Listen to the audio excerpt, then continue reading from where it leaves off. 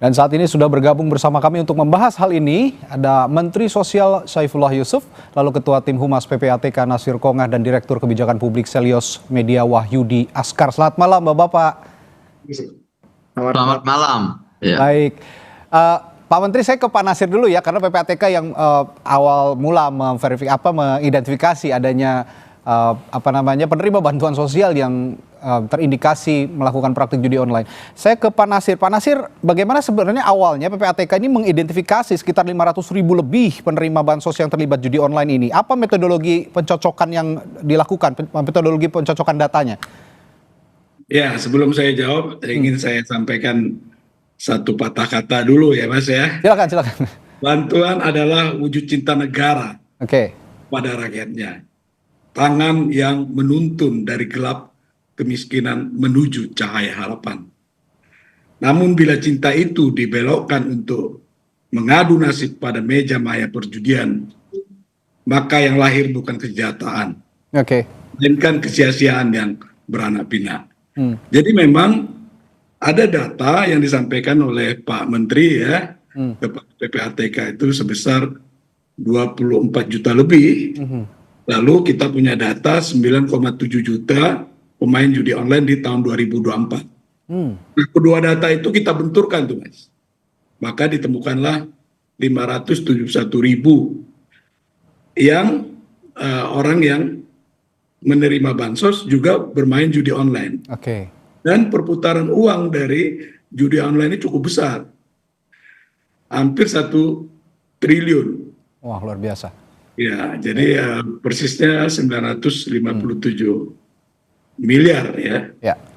Nah, ini kan sesuatu yang sangat mendasar untuk kita perbaiki, dan alhamdulillah koordinasi kerjasama kami dengan Pak Menteri itu cukup baik sehingga langkah-langkah berikutnya bisa lebih optimal lagi.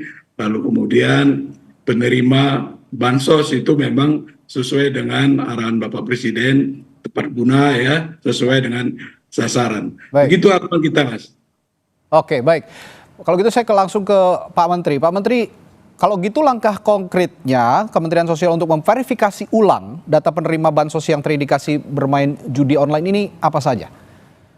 Yang pertama-tama kita memang dalam rangka bansos tepat sasaran. Ini dulu. Untuk itu yang diperbaiki adalah datanya dulu. Maka itu kemudian Presiden mengeluarkan Inpres nomor 4 tahun 2025 tentang data tunggal sosial dan ekonomi nasional. Inilah ya bagian dari upaya untuk supaya ke depan bansos tepat sasaran. Dan yang mengelola data ini adalah BPS. Maka itu triwulan kedua saya perlu sampaikan bahwa pembagian penyaluran bansos itu ada triwulanan. Triwulan pertama, triwulan kedua gitu. Waktu triwulan pertama kita masih menggunakan data lama. Tapi setelah keluarnya Inpres ini, maka kita menggunakan data yang baru ini, DTSEN. Nah, ketika kita berpedoman pada DTSEN, kita mulai menemukan beberapa yang kita perlu tindak lanjuti. Pertama, ketika kita melakukan ground check ya, kepada 12 juta penerima, itu ada 1 juta lebih yang bisa dikatakan tidak layak untuk menerima bansos. Nah, setelah itu kita mulai coba salur. Tapi ternyata ada hambatan-hambatan ketika kita menyalurkan itu. Nah, dengan adanya hambatan-hambatan itu kita koordinasi dengan Himbara. Ternyata ada beberapa, begitu banyaklah, sekitar 3 juta rekening yang belum cocok sama nicknya, namanya kurang, dan lain sebagainya. Tapi itu bertahap kita atasi. Sekarang tinggal 300-an ribu. Nah, kemudian kita baca berita bahwa PPATK juga memblokir sejumlah nomor rekening yang mungkin dianggap bermasalah. Maka itu kemudian ada keinginan kita untuk mengetahui lebih jauh tentang profil dari sisi rekening penerima bansos. Karena perlu kami sampaikan, bansos ini semua jelas peruntukannya. Jadi ini bantuan bersyarat yang tidak bisa digunakan untuk kepentingan-kepentingan di luar peruntukannya. Misalnya ini bantuan untuk asupan ibu yang sedang hamil, asupan untuk bayi, untuk lansia, untuk penyandang disabilitas, itu jadi jelas semua peruntukannya.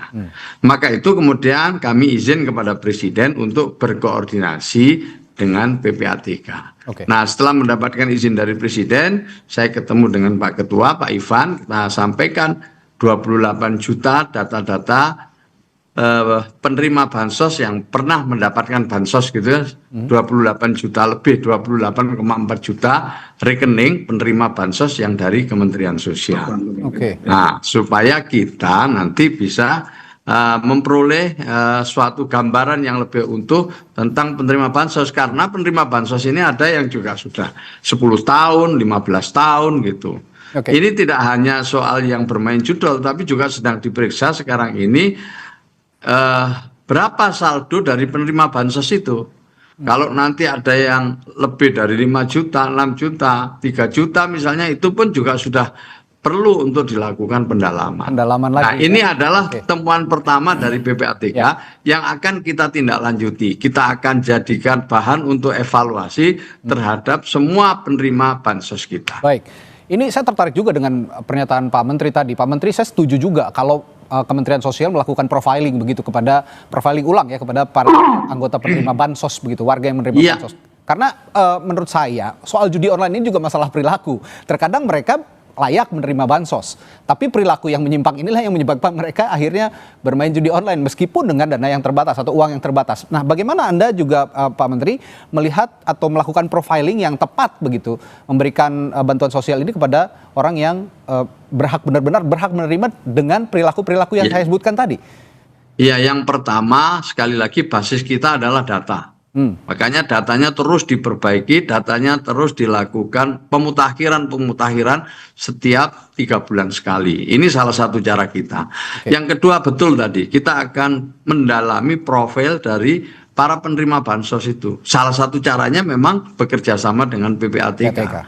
Ini nanti akan mulai ditelusuri lebih jauh. Maka ini hanya temuan pertama dan ini di satu bank hanya tahun 2024. Iya Pak Nasir ya, kalau nggak salah.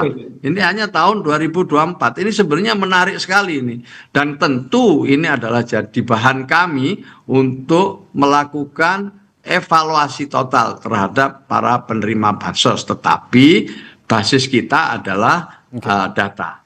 Yang kedua tadi sempat disinggung, bagaimana ini kalau memang mereka ini adalah keluarga yang memang membutuhkan bansos. Jadi tapi dia punya perilaku kebiasaan untuk ikut judi online. Nah, ini satu hal lain yang harus kita berikan suatu ada unsur edukasinya, ada sanksinya, yang nanti banyaklah varian-variannya ini. Ya. Baik Pak Menteri. Saya ke Bung Media. Bung Media, jadi kalau melihat kasus seperti ini, apa yang seharusnya dilakukan pemerintah ketika pemerintah tahu atau Kementerian Sosial misalnya tahu kalau ada temuan seperti ini dalam penerimaan bansos, sikap apa yang harus segera diambil? Apakah profiling tadi merupakan jalan yang terbaik? Ya, pertama ini fakta pahit yang harus kita telan ya. Bansos yang harusnya meningkatkan kesejahteraan masyarakat digunakan untuk judol.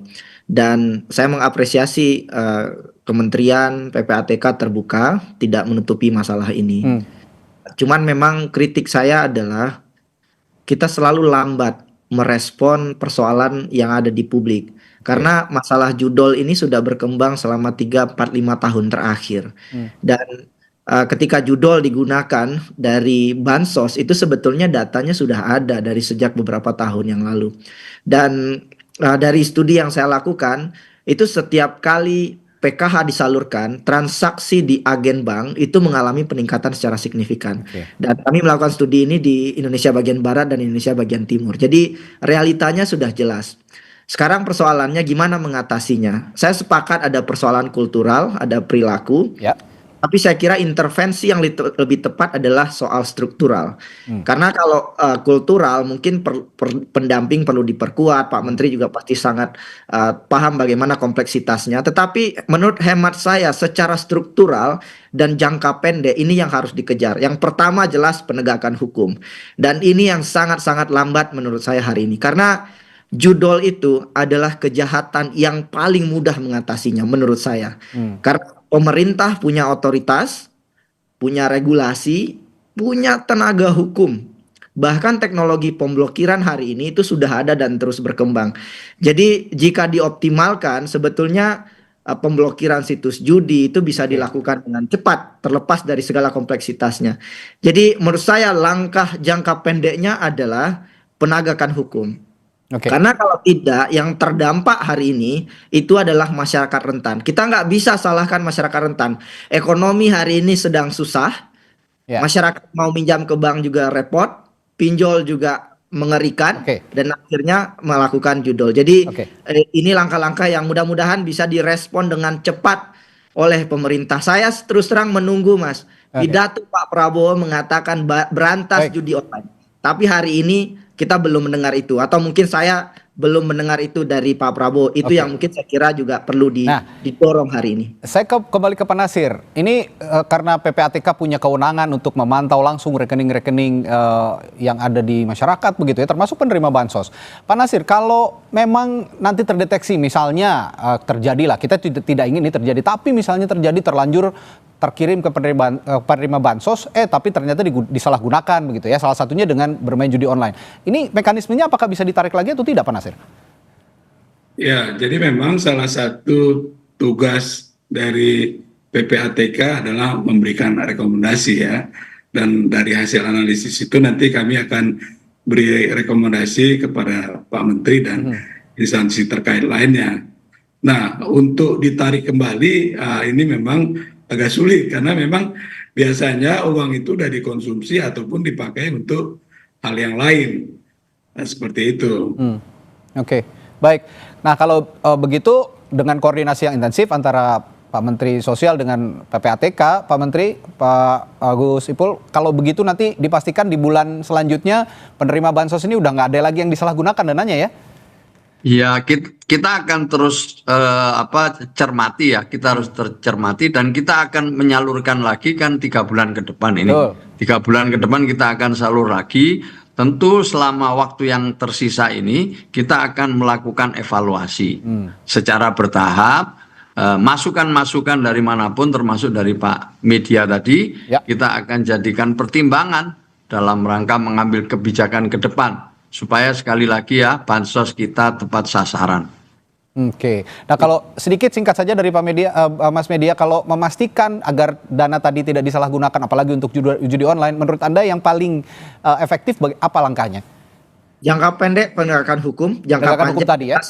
Jelas pendampingan kepada masyarakat jangka panjang, tapi menurut saya penegakan hukum adalah langkah paling efektif dan berdampak yang harus dilakukan sekarang. Karena kekhawatiran saya, jujur saja, ada kepentingan ekonomi gelap yang hari ini dipertahankan. Mudah-mudahan hipotesis saya salah, karena ada hipotesis tentu saja dana judi mengalir ke banyak arah, ke politik, ke ormas, investasi ilegal, dan lain-lain. Dan mudah-mudahan ini keliru. Dan saya kira penegakan hukum jadi langkah jangka pendek yang harus terus dikejar oleh pemerintah. Saya pikir Pak Menteri juga akan sepakat ya kalau memang terdeteksi seperti itu, langkah awal yang bisa cepat dilakukan adalah penegakan hukum. Baik Pak Menteri Sosial. Saya kira, saya setuju kalau memang harus ditindaklanjuti ke ranah hukum, tentu itu ada jalurnya sendiri. Ya itu ada jalur sendiri. Tapi bagi kami yang utama ini adalah bagaimana supaya mereka yang tidak berhak, mereka yang melakukan pelanggaran ini benar-benar juga dapat sanksi dengan tidak mendapatkan bansos lagi. Salah satu caranya adalah keterbukaan. Maka saya terbuka aja, saya tidak ada yang akan kita tutup-tutupi, kita evaluasi. Tadi sudah saya sampaikan, ada penerima bansos itu yang sampai 15 tahun, bahkan ada yang 20 tahun. Ini memang perlu untuk dievaluasi. Dan ini saya temukan setelah saya mendapatkan mandat dari Presiden sejak dilantik untuk mempelajari dengan sungguh-sungguh data-data penerima bansos itu.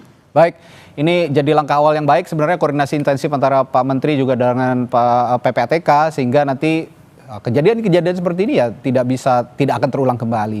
Terima kasih Pak Menteri Sosial telah meluangkan waktunya, Pak Saifullah Yusuf. Terima kasih.